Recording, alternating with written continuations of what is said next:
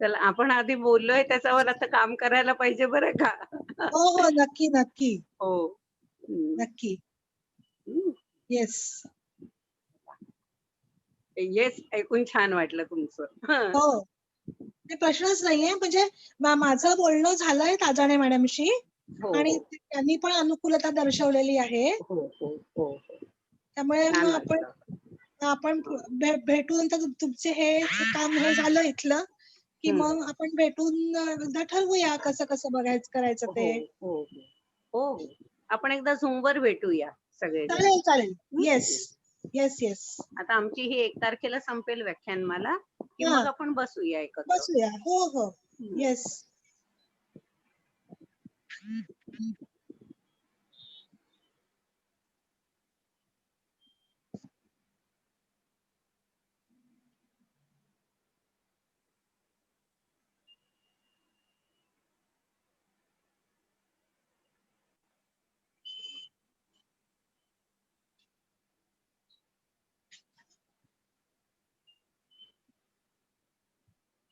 दोन मिनिटाने सुरू करा. आपण होय लाईव्ह होय चालेल. Yes yes.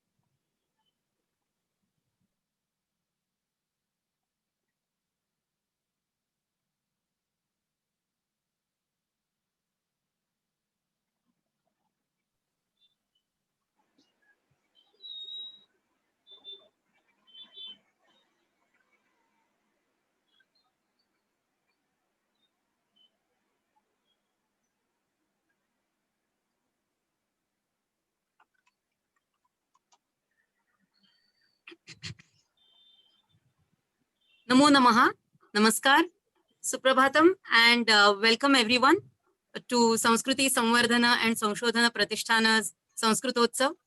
Today we are far into the series of our celebrations. We are on the 28th day. We are closing on. In just 2 days, we'll be moving towards the 30th and the culmination of this. So the countdown for the end has actually begun. But an end always symbolizes a new beginning. So we are happy to look forward to this end as well. Today we have with us our guest speaker whom I'd like to welcome, Dr. Rudraksh Sakrikar. So welcome to you, sir, for delivering your talk on this platform. I'd like to also welcome the president of SSASP, Shri Dilip Karambelkarji, the executive president, Dr. Kala Acharya ma'am, our coordinator, Dr. Vikas Gokhale, several eminent speakers and other guests. I'd like to especially mention Dr. Madhavi Narsale from Mumbai University, Sanskrit Department, who's kindly consented to be present today. And apart from that, we have our regular speakers, Dr. Kanchan Mande, Dr. Shriram Agashe, Dr. Lalita Namzoshi, and others who will, I'm sure, will join eventually. Also, welcome to all the listeners who are so regularly a part of this celebration. I also welcome those who are listening to us live on the Facebook as well as YouTube platform. Thank you so much for being here.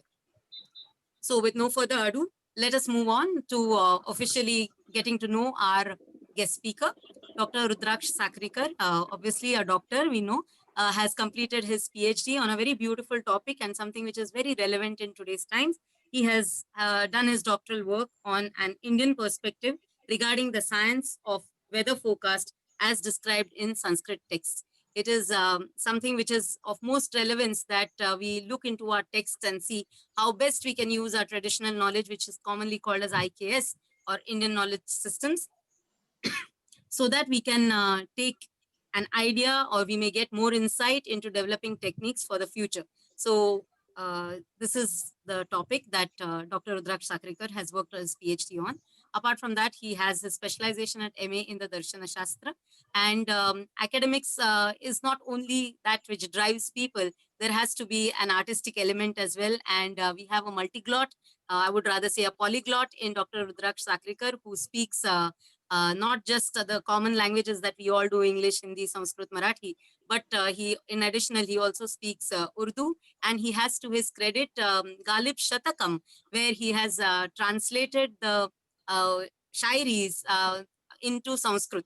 And this is something which is very beautiful. Apart from this, he also is a sarangi player. So we have an absolutely multifaceted personality, or what we must say, all-rounded personality. And we are happy to have him here. He has to his credit several awards in terms of for his academic excellence at the MA as well as the BA coursework, where he has received gold medals for excelling in at these levels from the respective universities. Apart from this, he is also the co-editor of several prestigious volumes that have been published from Bharatiya Samskriti Peetham, and that is exactly where he is also a teaching faculty. He is the assistant professor at KJ Somaya's Bharatiya Samskriti Peetham.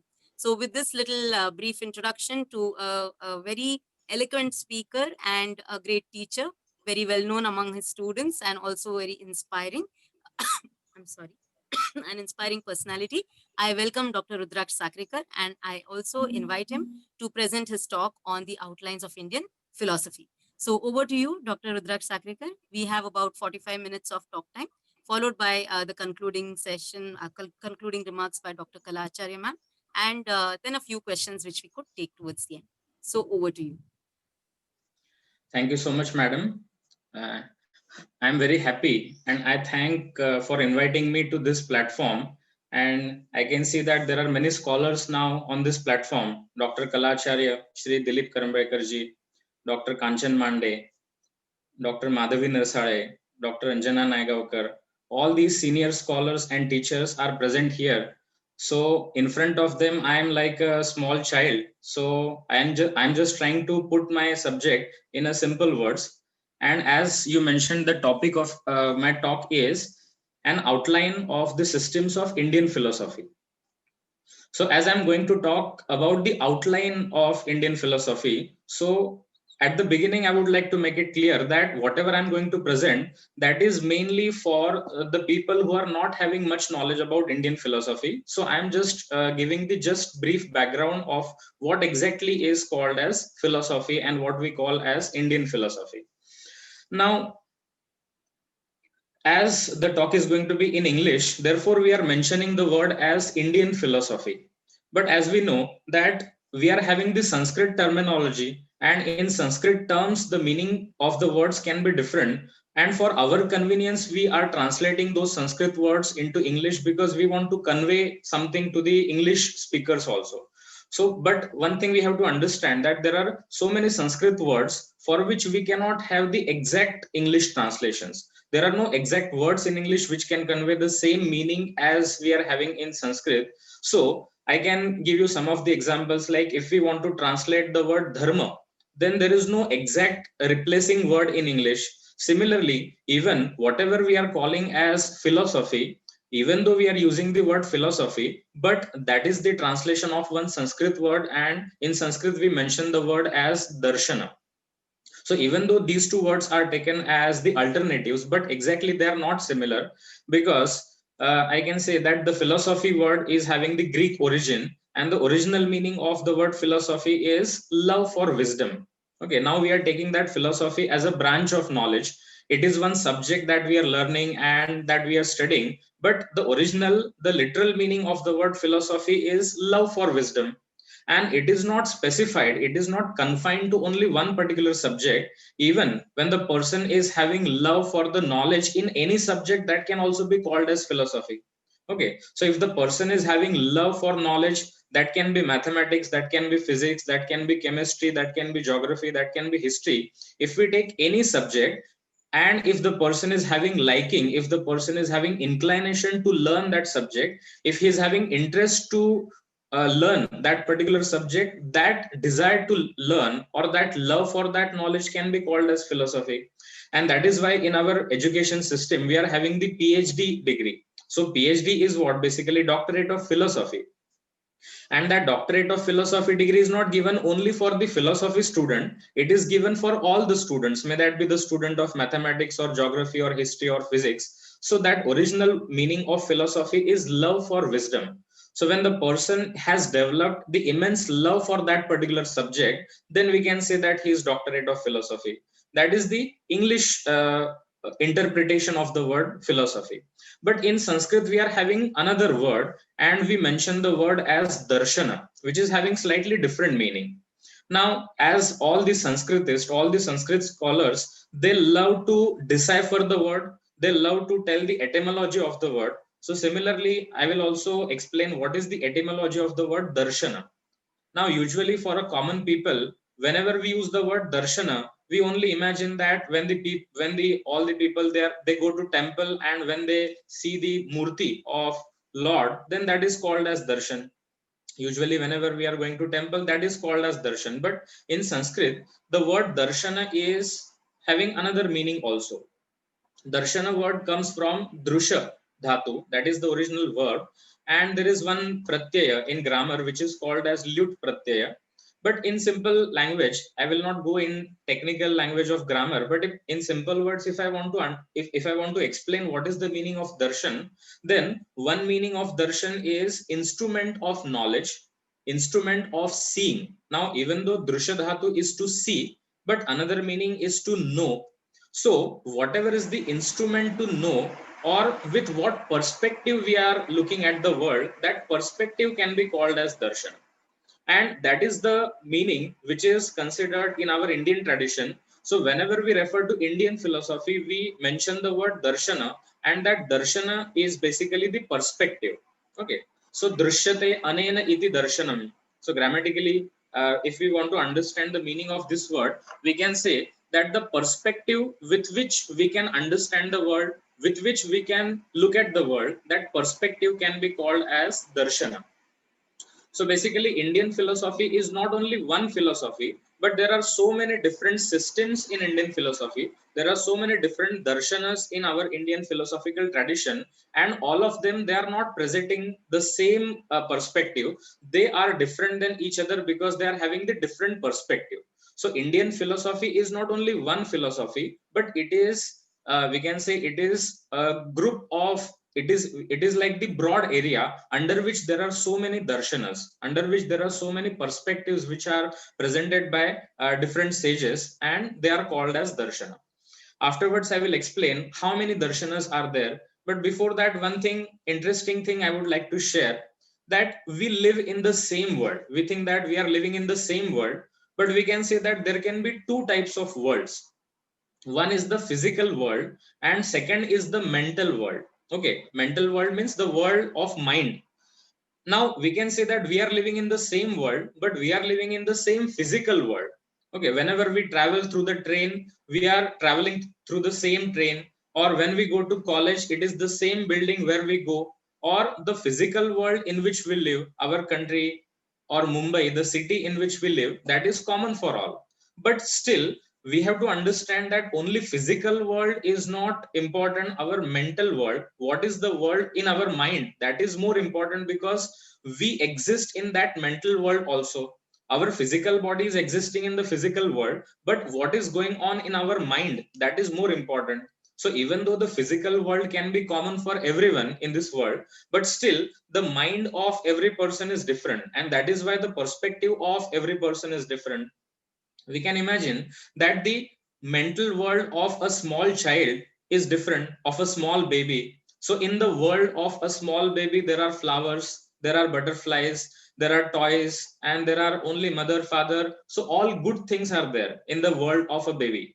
Now if we look at the world of a young person, of a 16 years old boy or a girl, then the world of a 16-year-old boy or girl, it is romantic world, it is more about the films or studies, or there are so many things different. So a world of a child is different, a world of a young person is different, a world of a 40-year-old adult person is also going to be different, because he will more think about the office, about his responsibility, about his family. So even though we are living in the same physical world, but mind of every person is not the same.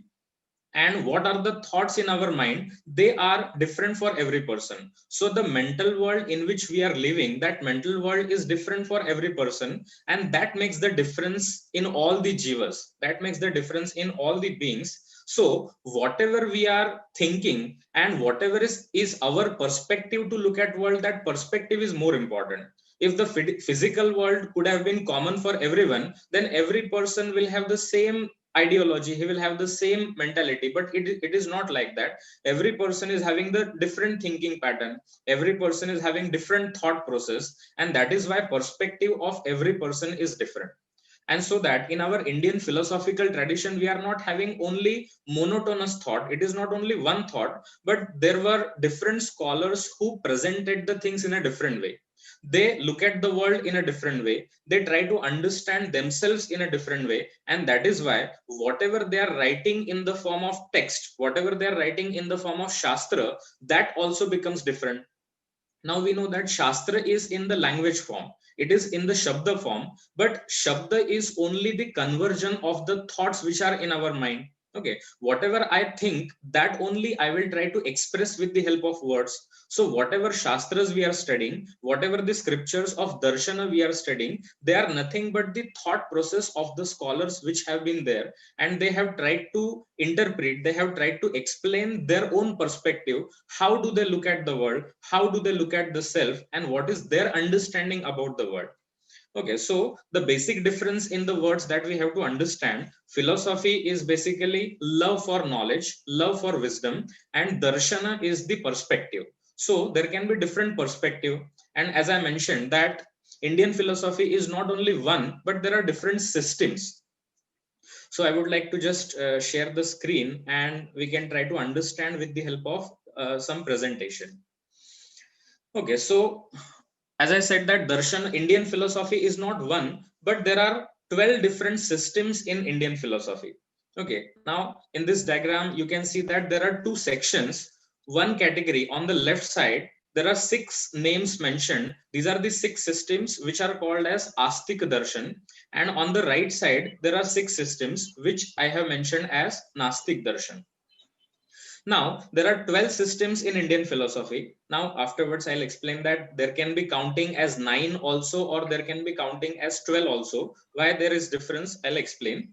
So, all these Indian philosophical systems can be broadly categorized into 2 sections. One is the Astika Darshana and second is Nastika Darshana.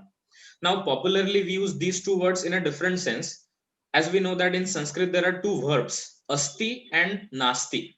So asti means something which is there and nasti means something which is not there. So existence and non-existence. And usually popular meaning of astik and nastik is the people who keep faith, the people who are having the faith in God or faith in Ishwar, they are called as nastik. They are called as astik, and the people who are not having the faith on Ishwar, they are called as nastik. That is the popular understanding. But with respect to Indian philosophy, with respect to these darshanas, astik and nastik, these two words are not related to accepting Ishwar or denying Ishwar. They are more related to the Vedic literature. Okay, so the systems which accept the validity of Veda, they are called as astik, and the systems which do not accept the validity of Veda, they are called as nastik. Now all these philosophical systems, they emerged in a certain period, but even before their development the Vedic literature was already there. As we know that Vedic literature is the oldest available literature on this earth, and Vedas were already there. So if the philosophy of the systems, if they are influenced by the Vedic literature, they are called as astika. So in the astic category we are having 6 systems. First one is Nyaya, second is Vaisheshika, third is Sankhya, fourth is Yoga, fifth is Mimamsa, or it is also called as Purva Mimamsa, and the sixth one is Vedanta, which is also called as Uttara Mimamsa. So these are the 6 systems which are called as Astika Darshana because they accept the validity of Veda. They have studied Veda and they find that whatever are the things which are mentioned in Veda, they are valid, and whatever philosophy is presented by these philosophies, these systems, even though that philosophy is also influenced by the Vedic literature. So these systems are called as Astik Darshana because they are accepting the validity of Veda. Now, even I would like to share the names of scholars who started the tradition of these philosophical systems. So, Nyaya Darshan, the original text of Nyaya Darshan is Nyaya Sutra, which was written by Maharshi Gautama. the original text of Vaisheshika Darshan, that is Vaisheshika Sutra, which was written by Maharshi Kanada. Then the founder of Sankhya Darshan is Maharshi Kapila. Founder of Yoga Darshan is Maharshi Patanjali. Founder of Mimamsa Darshan is Maharshi Jaimini. And founder of Vedanta Darshan is Maharshi Vyasa. So these are the scholars who are also called as Sutrakara in our Indian tradition. They are called as Sutrakara because whatever original scriptures they have written, they are in the Sutra form. So even these scholars are called as Rishis. Now, Rishihi, Darshanat, this is one etymology which we know. So those who have experienced the ultimate reality, and the scholars, those who have written whatever is their experience in the form of sutra, therefore they are called as Rishi also, and they are called as Sutrakar also. Now, in these six systems, we can find that sometimes the philosophical things are accepted by two systems, and there are so many similarities. Like, for example, Nyaya and Vaisheshika, these two systems are different, but still there are so many things which are commonly accepted by them. So, in tradition, they are called as Samana Tantra. So, Samana Tantra is the Siddhanta, the theories which are commonly accepted by both the systems. So as Nyaya and Vaisheshika are having so many similar things, Sankhya and Yoga are also Samana Tantra because they are also accepting so many principles which are commonly accepted by them. And in Mimamsa and in Vedanta also there are some similarities, not all, but there are some similarities. So there can be groups of two. Nyaya Vaisheshik is one group, Sankhya and Yoga is another group, Mimamsa and Vedanta is the third group. So these are the six systems which are called as Astik Darshan because they accept the validity of Veda. And on the other side, there are six Nastik Darshanas which are not based on the principles of Veda, which are not influenced by Veda, and sometimes even they refute the Veda. So Nastik Darshanas are Charvak Darshan, Jain Darshan, and Madhyamika, Yogachar, Sautrantik, and Vaibhashi. These four are basically the sects of Bauddha Darshan, but still I have written them separately because even though they are part of Bauddha Darshan, but their philosophical understanding is very different than each other. Madhyamika, Yogachar, Sautrantik, and Vaibhashik, even though they are part of Bauddha tradition, but still, whatever are the teachings of Buddha, some of the teachings are accepted by all, but some of the teachings are not accepted by all, and they are having different interpretation about the concepts about what Buddha has said. So, if we want to count how many are the Nastik Darshanas, even we can say that there can be three Nastik Darshanas. First one is Charvak, second is Jaina, and third one is Bauddha Darshan. Or if we count the four different sects of Buddhism separately, then we can say that there are six Nastik Darshanas. So Madhyamik, Yogachar, Sautrantik, and Vaibhashik, these four are the sects of Buddhism. Okay, so whatever we know as Indian philosophy, this is the basic framework of Indian philosophy, and these are the systems which are presenting different perspectives. They are not having all the similarities. Some of the topics are commonly accepted by them, but they are not having all the similarities in them. Okay, so Astik and Nastik, this is the basic framework in the Indian philosophy. And one more thing is important here, that apart from these 12 darshanas, apart from these 12 systems, in the later period also there are some of the darshanas which have emerged. But as these are the original ones, we count only these systems. Apart from these, even there is philosophy, Kashmir Shaivism, even there is philosophy of grammar, even there is philosophy which is called as Raseshwara Darshana. So there is one Sanskrit text called as Sarva Darshan Sangraha. In that Sarva Darshan Sangraha, apart from these systems, even the other philosophical traditions and their philosophical thoughts are also explained. But as these are the original ones, we are counting these as the fundamental systems of Indian philosophy. So this is the basic understanding. Now, I would like to more emphasize on the Astik Darshanas. As I mentioned that these six systems, Nyaya, Vaisheshik, Sankhya, Yoga, Mimamsa, and Vedanta, they are Astik Darshanas. That means they accept validity of Veda. Then why they are different than each other? If all these six systems are based on the fundamental principles of Veda, they are accepting validity of Veda, then even their thought process can also be the same. Even their philosophy should also be the same. But still, why they are different? So I can explain that with the help of another slide. Now here we can take one example, that as we are having the doctors, Okay, now there are some of the doctors who are the general physicians. Okay, they are not specializing on any specific aspect, but even there are the specific doctors also who are specialized doctors. Like there is orthopedic surgeon, or there can be ENT specialist, or there can be skin specialist, or there can be a doctor who is only emphasizing on the heart or the brain. So as there is one doctor who is like general physician, and even there can be other doctors who are specialized in their own field. Similarly, we can say that in six astic darshans, even though they're accepting validity of Veda, but still their specialization is different.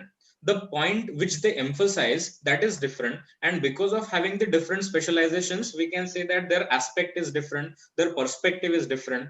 So with the help of this diagram, I would like to explain the thing.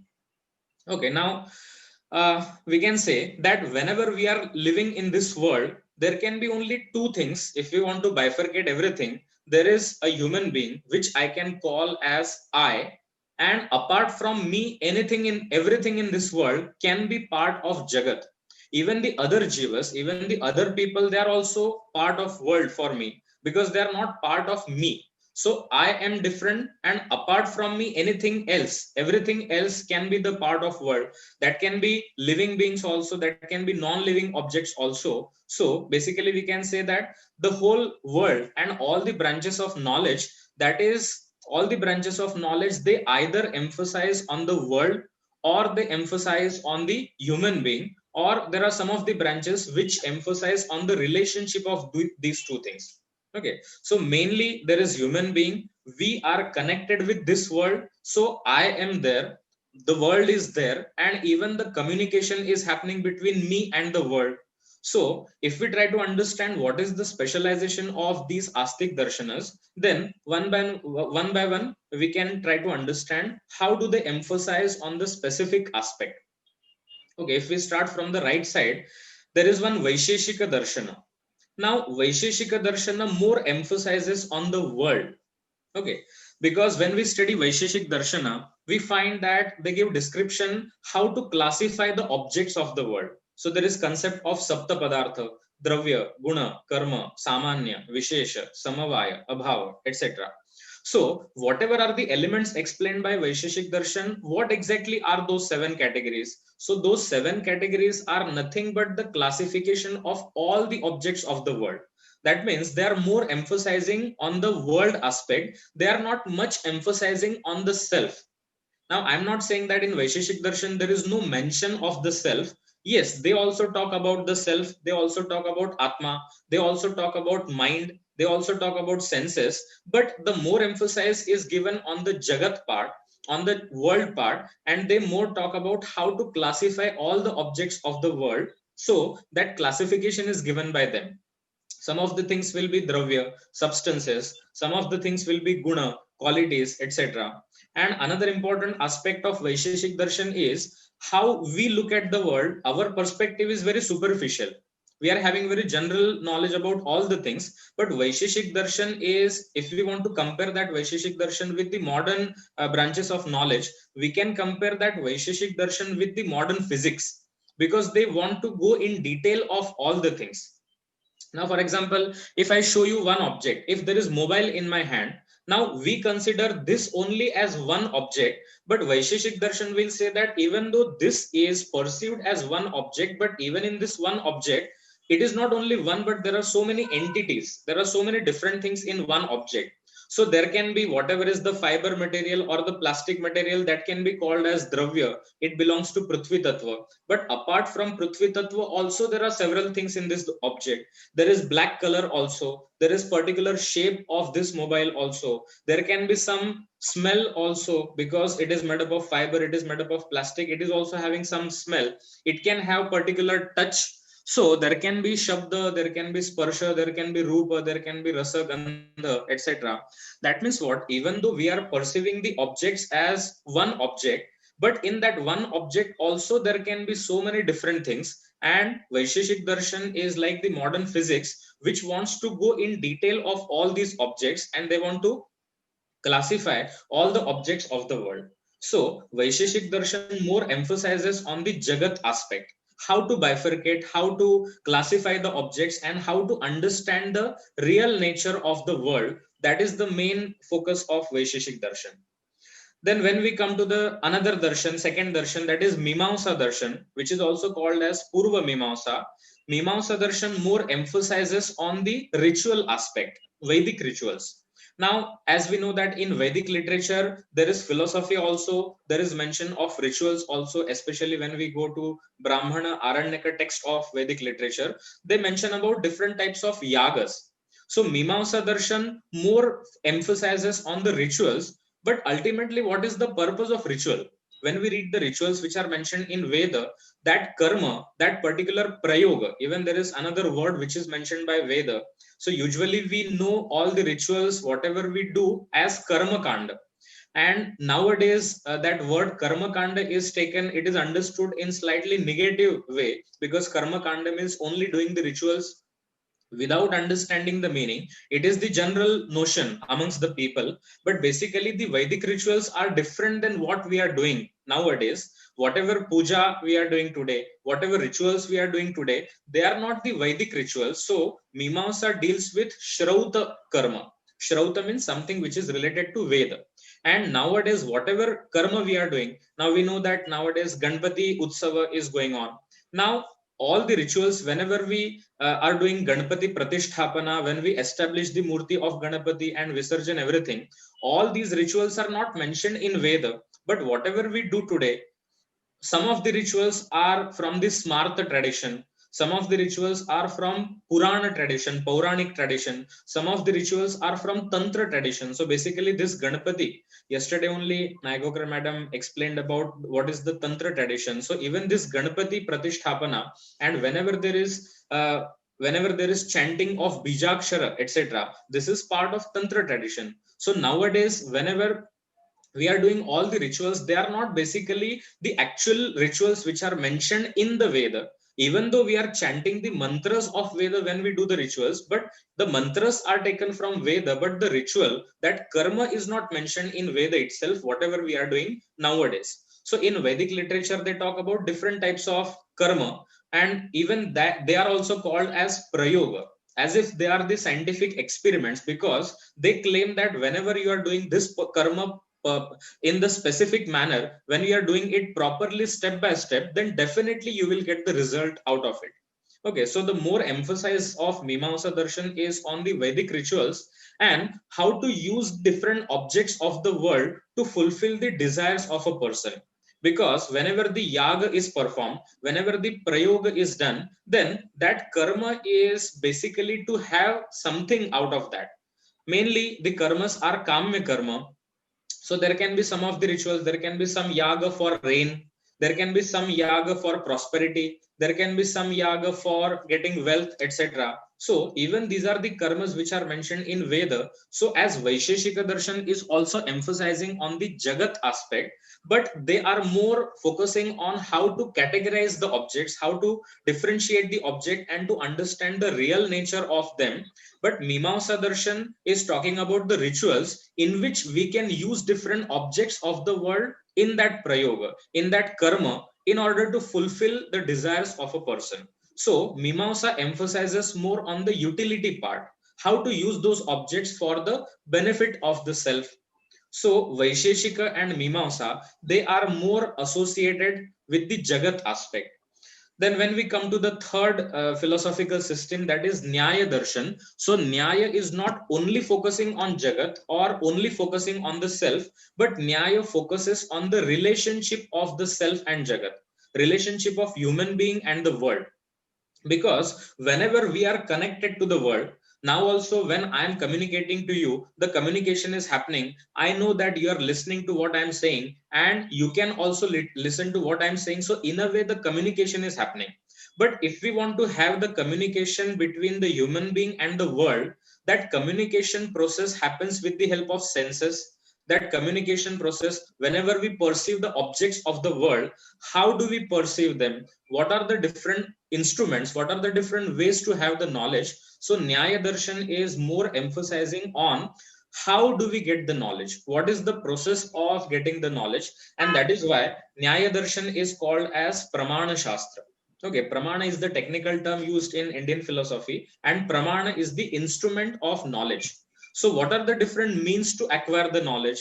Sometimes we get the knowledge with the help of our own senses. Sometimes we get the knowledge with the help of inference. Sometimes we get the knowledge with the help of words. So, there can be different possibilities, there can be different options with which the knowledge is possible. So, Nyaya Darshan more emphasizes on the ways of acquiring knowledge, and therefore Nyaya Darshan is called as Pramana Shastra. Pramana means what are the different instruments or what are the means to get the knowledge. And another interesting thing I would like to share about Nyaya Darshan, we can say that Nyaya Darshan is the only one system of philosophy, not only in the Indian tradition, but even in the Western philosophy also, or as many systems are there, as many philosophies are there in the world, we can say that Nyaya is the only darshan which explains the debate or the discussion, how to do a debate, how to do a discussion, and what are the important features when the discussion is going on. So that is when one very special aspect of Nyaya Darshan. And interestingly, we can find the discussion about how to do the debate and what are the different types of debate in Nyaya Darshan. They explain three types of debate. One is Vada, second is Jalpa, and third is Vitanda. Now we know that debate means what? Usually we on the news channels we are watching the debate every day. Someone comes from one political party, another person comes from another political party, and every day for the hours the discussion is going on, but there is no conclusion at the end. So even we can relate this concept of Nyaya Darshan with the modern day debates which are going on the television. Nyaya says that there can be three kinds of debates or discussion. One is called as Vada. Vada is the discussion for knowledge. If both the sides, if they are arguing or if they are discussing only for the knowledge, then that kind of discussion is called as Vada. Sometimes the discussion is not happening for the knowledge, but the main purpose of that discussion is victory. So when the victory is the goal of that debate, then it is called as Jalpa. And even there can be another type of debate which is called as Vitanda, where even whatever the person who is doing that Vitanda, he's not having any philosophy of his own. He's not having any point which he can present, but he is waiting for the other person to say something. And in Vitanda, what is the purpose of that person? Whatever the other person will say, he will just refute that. So only Parapaksha Pratisheda. In Sanskrit, it is called as Parapaksha Pratisheda. Only refutation of the other side is the goal of that Vitanda. So even we can relate all these things with the modern day debates. Sometimes the discussion is for knowledge, that is Vada. Sometimes the discussion is for victory, that is Jalpa. And sometimes the discussion is not for any purpose, but we just want to refute the other side, that is called as Vitanda. So all that explanation about the debate and discussion is given in Nyaya Darshan. Excuse me, can I just request, because some sound is coming from the background. I think someone's mic is on. Okay, so Nyaya Sarva, can you Darshan. please mute the others? Thank you. Okay, so Nyaya Darshan, as I said, Nyaya Darshan is having two specialities. Nyaya Darshan more emphasizes on the Pramana concept. So Pramana means what are the different means to acquire the knowledge. And also Nyaya is one system which talks about the different types of discussions. What are the different types of debates? Then when we come to the fourth darshan, that is Yoga Darshan, then Mimamsa and Vaisheshika are more emphasizing on the Jagat aspect, but Yoga emphasizes more on the Chitta aspect. Or generally we translate the Chitta as mind. According to Yoga, that is not the exact literal translation of Chitta, but still for our convenience, if we translate Chitta as mind, then we can say that the more emphasis of Yoga Darshan is on mind, because when we read the Yoga Sutras of Maharshi Patanjali, he explains what are the different types of chitta vrittis, what are the different types of thoughts, then how the behavior happens, how the personality happens, or how there can be different patterns in our chitta when the person behaves in a similar way. So Yoga Darshan more emphasizes on the activities of chitta, it more emphasizes on the chitta aspect, and that is the specialty of Yoga Darshan. Now popularly we know that whatever people know about yoga, they know only the physical aspect of yoga. They know only about asana, about pranayam, about the other Shuddhi Kriyas or the other physical practices, but all the physical asana, pranayam, etc., they are more part of Hatha Yoga tradition.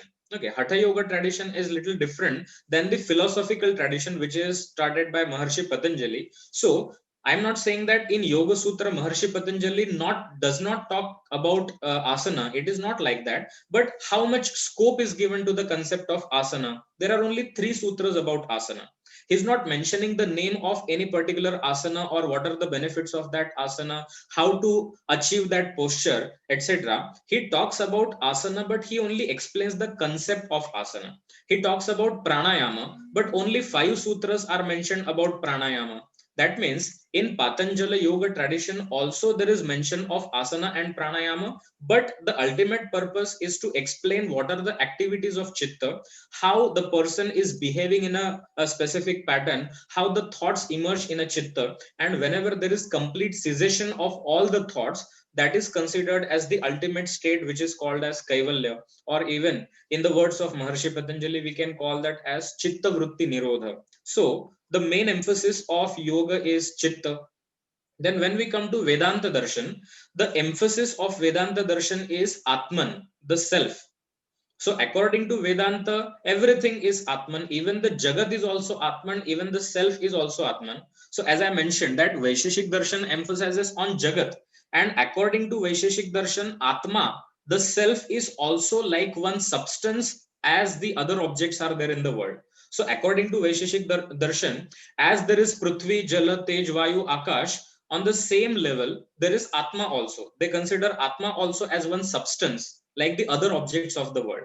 And in Vedanta, as they more emphasize on the Atman concept, they perceive everything as Atman. They try to understand what is the nature of self. They say that it is Paramarthik Satta, it is the ultimate reality. So even though all these darshanas, Vaisheshika, Mimamsa, Nyaya, Yoga, and Vedanta, even though they are accepting the validity of Veda, but still they are different than each other because they are emphasizing on the different aspects. So as I mentioned that there are different specialist doctors. Similarly, these 5 systems are like specialist doctors. And the 6th one, that is Sankhya Darshan, that is like general physician. So Sankhya is not emphasizing on any particular aspect, but in Sankhya Darshan, we find discussion about all the elements. So Sankhya talks about Viveka, discriminative knowledge between all these things. So in Sankhya Darshan, there is mention of Purusha also. So Purusha is the self, which is more emphasized in Vedanta. Sankhya also explains mind or 3 different, we can say 3 different aspects of Antakarana, Mahat, Ahankar, and Mana. That is the specialty of yoga. Sankhya also explains senses, and Sankhya also explains subtle and gross elements, which in Sanskrit they mention as Tanmatra and Mahabhuta. So Mahabhuta are basically the part of world. They are part of the gross world. Then mind is part of the self. Purusha is also part of the self. Self means I am considering as one jiva. So Sankhya Darshan is not emphasizing on any specific aspect, but it gives explanation about all 25 elements. There is Purusha, there is Prakriti, there is Mahat, Buddhi, Mahat is Buddhi, then Ahankar, Mana, Jnanendriya, Karmendriya, Tanmatra, and Mahabhuta. So, as we can say that Sankhya can give us bird's eye view.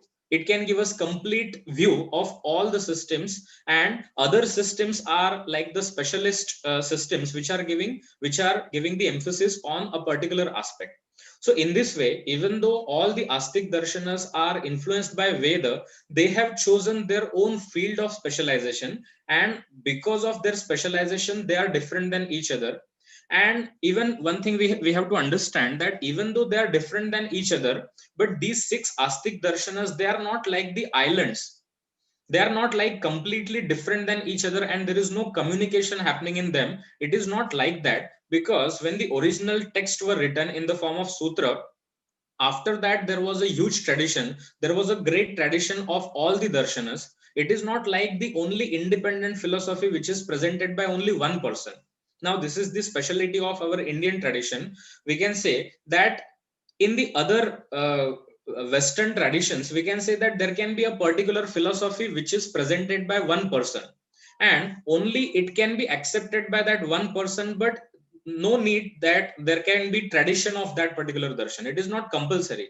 But in our Indian tradition, for example, Yoga Sutras are written by Maharshi Patanjali, but that yoga philosophy was not only restricted to Maharshi Patanjali, even the same ideology, even the same perspective was also accepted by many followers, and there was contribution of the other people in developing that system. Okay, so on Yoga Sutra, even the Vyasa Bhashya was written, so that was the contribution of Maharshi Vyasa.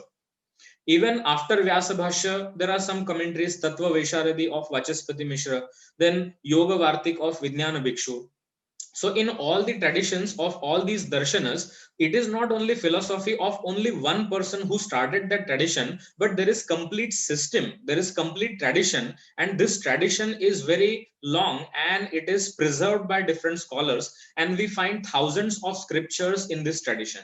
So it is not the philosophy of only one person, it is the philosophy accepted by many scholars, and they have contributed in order to flourish that philosophical thought. And that is why we are not calling these darshanas only as Indian philosophy, but we are calling them as the system of Indian philosophy. So the purpose of calling them as a system, because they are having the complete system, and it is not only related to one person, but that ideology is accepted by many, and the contribution is given by many scholars, and that is why they are called as systems. And even the communication has also happened. Whenever we read the scriptures of all these darshanas, we find that there is Purva Paksha, there is Uttara Paksha. That means what? Whenever the Nyaya scholar is writing a particular text, he will not only write about Nyaya, but he will also take into consideration the opinion of the other darshana. He will also mention what Mimamsa says about this, what Mimamsa explains that concept, and afterwards he will also explain what is the viewpoint of Nyaya. Similarly, in Buddhism also, they will mention what Vedanta says about that concept, and then afterwards they will explain what is the Buddhist perspective. That means what? All these traditions are communicative. They are not only like an island, which means they are not only independently located and they are not having communication with each other. It is not like that. But all these systems are interwoven. There was a proper communication between the scholars who are following these traditions, and there used to have debates also between them, and as the result of debate, whatever was the discussion, that they used to write in the form of scriptures. So we can say that our tradition is developed with the help of discussions and debates, and therefore when we read the text and whenever we come across one particular theory, we find that that theory is mentioned as vada. Like for example, parinama vada, satkarya vada, vivarta vada. So basically, what is the meaning of vada? As earlier I mentioned that vada is a kind of debate. I mentioned that in Nyaya Darshan there are three styles of debate: Vada, Jalpa, and Vitanda. So basically, Vada means what? It represents, it indicates that whatever philosophical doctrine is presented by this system, that philosophical doctrine has presented after the discussion, after having the proper discussion with the scholars. And that is why this knowledge which is there in our Darshana tradition, it is very important, because it is not only perspective of one person, it has resulted from the discussion and many scholars have contributed in that tradition, therefore they are very important. Okay, now at the end I'll just conclude, and one more point I would like to mention, that we are calling these systems as Indian tradition, Indian systems of philosophy, because all these systems have emerged in our India. Now even some of the scholars call them, now even there can be question in the minds of many people that why they are not called as Hindu systems, or if they are influenced by Vedic literature, why we should not call them as the Hindu darshanas.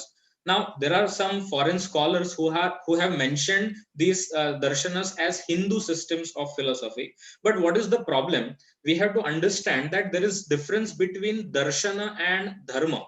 Okay, now here I am using the word dharma in the popular sense, not whatever is the Sanskrit connotation of that word dharma, but I am using the word in a popular sense. Like we cannot say that Veda is only related to Hindu religion, or we cannot say that whatever is the philosophy of Gautam Buddha, that should be followed only by the Buddhist followers. Even though I am born in the Hindu family, but still I can appreciate and I can understand the philosophy of Buddha. So we have to understand the difference between darshana and dharma. Dharma here I am taking as a popular understanding of dharma. I can find that there are, what is the major difference between darshana and dharma? Dharma is achara pradhana and darshana is vichara pradhana. Now whatever we follow as religion nowadays, it is achara pradhana. Achara means behavior. Now if I am born in a Christian family, then I will imitate my parents. If they are going to church, then I will also go to church. If they are believing in Jesus, then I will also believe in Jesus. That means whatever religious understanding we have, whatever religious faith we have, that religious faith is not arrived, it is not arising because of my own understanding of that religion, but it is achara pradhana. I am just imitating what my parents are doing. If I'm born in a Hindu family, if my parents are also worshipping Ganapati, then I will also worship Ganapati. Maybe I do not know what is that ritual and what is the importance of that ritual, but dharma is mainly achara pradhana. We are just copying, we are just imitating what the parents are doing, what the society is doing, what the others are doing. But in darshana, it is not the imitation of someone else, it is not the copying someone else, but it is vichara pradhana. We have to understand that thought properly. We have to understand what Vedanta says. We have to understand what yoga says. We have to understand what Mimamsa says. And when we understand their philosophy, then we can also appreciate and we can also follow that tradition of darshana. So that is, I think, the major difference between dharma and darshana. Dharma is achara pradhana and darshana is vichara pradhana. We can say that in our Indian tradition, earlier all the scholars, they used to follow vichara. But afterwards, what happened that people did not understand vichara properly, so they started imitating achara. They started copying the behavior of the others. Whatever the elders are doing, they are just copying that, and nobody understand what is the essence of that practice. So in this way, darshana has to be understood in a different way, and these Indian systems can be learned by anyone. He can be Hindu, he can be Christian, or he can be follower of any religion. That is completely different concept. And even if we are born in Hindu family, but still we can follow Vedanta, or we can follow yoga, or even we can follow Buddha philosophy also, whatever we appreciate. And as I mentioned, that darshana is the perspective. So whichever perspective is more closer to our understanding, we can follow that perspective. Or even after having studied all these different perspective, we can have a very good understanding of different perspectives, and we become, we can say, our understanding gets developed, and we can have more ability to think in a proper way. Ultimately, what is the purpose of all the learning? That on whatever level we are, we should develop our understanding, and when we develop our understanding, we can look at this world in a better way, we can perceive the things in a better way. So that is the ultimate goal of human life, betterment of the human being. That is the ultimate goal. And I think that because of studying darshanas, because of study of these Indian philosophical traditions, our thought process definitely changes, and we learn to understand the things in a better way, and we come out of the prejudices, and we come out of only having only one particular aspect. And generally what happens that people think that whatever they think, that is only correct, and what others are thinking, that is wrong.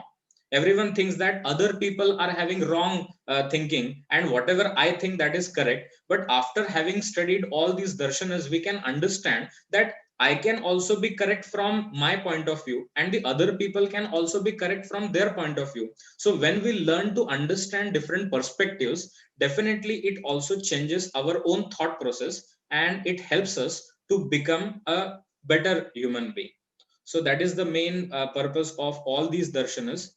So thank you so much. I think I should stop here because I have crossed the time limit, 5 minutes more.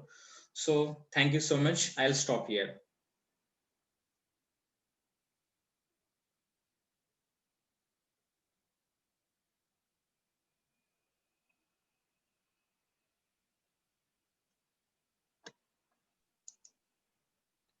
Thank you, Dr. Rudraksh Sakrikar, for putting into perspective for the lay people what the darshanas are, and for hopefully for giving them a better perspective to the darshanas. So I request Dr. Kala Acharya to kindly give the concluding remarks, following which we can take one or two questions. Dr. Rudraksh Sakrikar, congratulations for your wonderful speech. As you have pointed out that all darshanas are thought processes, different thought processes. And what we find is that there is a variety, wide variety in Indian philosophy, in the thought processes, in these different thought processes. There is variety in the number of pramanas, variety in views about the world, whether it is real or unreal, or for example, Navasheshika will say that it is real, or some may say that it is illusory. And the meaning of illusory will also be different from darshana to darshana who think that it is illusory. Each darshan, but we must remember that each darshana has some unique point of contribution. For example, as you have mentioned, debate, that is debate is the unique point of Nyaya Darshana. It has contributed to us. The Vaisheshika's atomism, that theory, is the unique point. Mimamsakas have prescribed secular and scriptural duties, not only scriptural duties. Secular duties also they have prescribed. There is the unique point, or their doctrine of apurva, positive force of action of creating any fruit, that is also something which they have contributed, or their method, their theory of interpretation, abhitanvayavada, anvitabhivada, anvitabhidanavada, etc., etc. So this is a unique theory of interpretation, or what did they tell us, how should we come to a particular conclusion that the author of a particular text want to stress this point, that they have also mentioned, and then we can, on the basis of that, we can interpret a text. Sankhya has given us a unique theory of creation evolving from matter. Otherwise, generally, it is not from matter. So, these, or Jaina Darshana, they have given us Sadhavada look at the things from different perspectives. That that capacity that Sadvada or Anekantavada gives us. As why all these darshanas have come into existence? They have come into existence because man wants freedom from suffering, and that freedom from suffering is called moksha. But the ideal of moksha is also different in each process of thought. Charvakas do not accept moksha at all because they accept only artha and kama purushartha. So our ideal of moksha swings back and forth in regular rhythm between positive and negative conceptions of moksha. We have both ways. We find moksha, the concept of moksha, in our darshanas. But there is always a preference for the positive conception of moksha. Some schools maintain that freedom from suffering is necessary for attainment of infinite peace or infinite bliss. Mimamsakas prescribe secular and scriptural duties for that. So, but the actually, what is moksha? For that also, everybody has a different standpoint. For example, it has been said, "न प्रपंच विलयो मोक्षः, किंतु प्रपंच संबंध विलयः." In Shastra Deepika, it has been said that it is not moksha is not the destruction of this cycle of birth and death. It is the destruction of the contact with the world. And different terms also have got different connotations. For example, Maya is defined variously. Madhva will call also Mahamaya as the will of God. We find, in general, we find that the Vedic darshanas, there is a tendency to consider experience of bliss in moksha. Whereas in some darshanas, nirvana, for example, there is total annihilation or disintegration of self. So, for apavarga, when we think of apavarga, sometimes we define it as going beyond the three vargas. Whereas in the Vedic view, apavarga is inclusive of three varga and also culmination of three varga. For Kaivalya, it is a flight of the alone to the alone. So, since there are many darshanas, there are many viewpoints of moksha also. And who is to get this moksha? For that jiva also, there are different theories. and somebody will say that they are atom of the jiva is of atom, size of atom, and some will say that it is of the size of the body it occupies. But what I want to say that since there are many darshanas, the answer to the question what is moksha or what is meant by moksha will be always perspectival. The answer will be perspectival and contextual. So we should not say that this is right or this is wrong. As you have said, that there are different views, and in a broad sense, everyone wants to aspire for moksha. But whatever is the ideal of moksha, we should not insist of any one thing. You had said that there is always Purva Paksha and Uttar Paksha, but sometimes I feel that this in this Uttar Paksha sometimes there is distortion of other darshanas. That should not be there. And what you last point is that what you said, why these darshanas should not be called as Hindu darshanas. One of the reasons is that if we call them as Hindu darshanas, then the element of sampradaya will be there, and then Nyaya darshana or Vaisheshika darshana or even Yoga darshana, who had not ever who had not any sampradaya, they will not be covered under darshanas, and that will be a great harm to our systems of philosophy, the wide system of philosophy. With these words, once again, I congratulate you and thank you very much. Thank you so much, madam. Your support and your guidance is always there with me. So I just want to share with all that at the beginning, when Ruchita madam was introducing me, she mentioned about my PhD thesis and the topic which I selected, the weather prediction techniques according to Indian tradition. So I just want to share that Dr. Kalacharya, under the guidance of Dr. Kalacharya, only I could complete my PhD work, and constantly her support was there with me. So always you have, madam, guided me and supported me. Thank you so much for that, and thank you so much for inviting me to this platform also. Thank you, ma'am, and thank you, Dr. Rudraksh Sakrikar also. With this, we actually come to the end of this, but before that, we have a few general things to go ahead with. Let me tell you that tomorrow we are having with us another speaker. Please note the time for tomorrow's session is 5 p.m. to 6 p.m. And we have with us Dr. Murli Krishna tomorrow. So Dr. R.G. Murli Krishna, who is the Professor for Education, the Deputy Director of Administration and CPIO of Central Sanskrit University. He is the in charge of the schemes, that is scholarships and Ashtadashi from the Ministry of HRD, Government of India. He'll be speaking tomorrow on Samskrita Bhashayaha Vaibhavam Vijnanancha.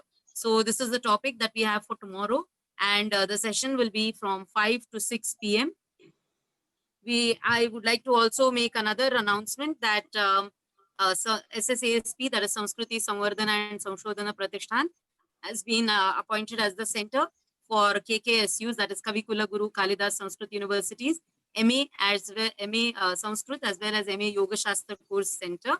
And I'm sure that there are many amongst us who cannot pursue MA in Sanskrit or Yoga Shastra in the regular session because we are working somewhere and we don't have the time. But this kind of a course will enable such people, the working personnel, etc., who may not be able to attend sessions but will benefit with the contact sessions, or where they would get material and could study on their own. So this is a provision for that, and I'm sure those of you who are you or your acquaintances wish to do MA in Sanskrit or Yoga Shastra can avail of this facility. So the material will be provided in different languages as per the need that you have, Sanskrit, Marathi, English, etc. And you'd be able to also attend the contact lectures as per your choice. It is not compulsory. Our main center is at Thane. So it is only to Thane that you will have to come for the examination. So this is what I had to tell you about the MA coursework. We have extended the admission last timeline to 10th of September. So please note that if you have to take your admission, please take it before 10th of September. With this, we come to the end, but no end is possible without a token of gratitude. So first and foremost, my gratitude to Dr. Rudraksh Sakrikar for having given this wonderful exposition, putting it so very simply. Thank you so much. Thanks are also to the constant support by our president, of SSASP, Shri Dilip Karambelkar ji, the Executive President, Dr. Kala Acharya ma'am, the Coordinator, Dr. Vikas Gokhale, the eminent people present on this platform like Dr. Madhavi Narsale, Dr. Kanchan Mande, Dr. Lalita Namzoshi, Dr. Ranjana Naigaukar, Dr. Shriram Agashe, and all those others who have been able to join us today on this platform, as well as Facebook and YouTube Live. So we look forward to seeing you again tomorrow. Thanks specially for all this is only possible when you have a technical support. And I'm extremely grateful to Atharva. In fact, today I must acknowledge this because today we had a situation where we may probably not have gone live. We would have to just put up a recorded lecture, but it was just God's grace that last minute Atharva could manage, as well as our support from News Bharati, who have been our media partners. So I am grateful to our media partners, Saptahik Vivek, Hindi Vivek, Mahatarun Bharat, as well as News Bharati. In addition to this, our sessions are relayed by SAFIC, that is Sri Aurobindo Foundation for Indian Culture, and especially Dr. Sampadananda Mishra. So I'm grateful to all of them for taking the sessions that we have on a wider platform. Thank you so much, and we look forward to seeing you again tomorrow at 5 p.m. Dhanyavada. Namo Namaha. Yeah, Atharva.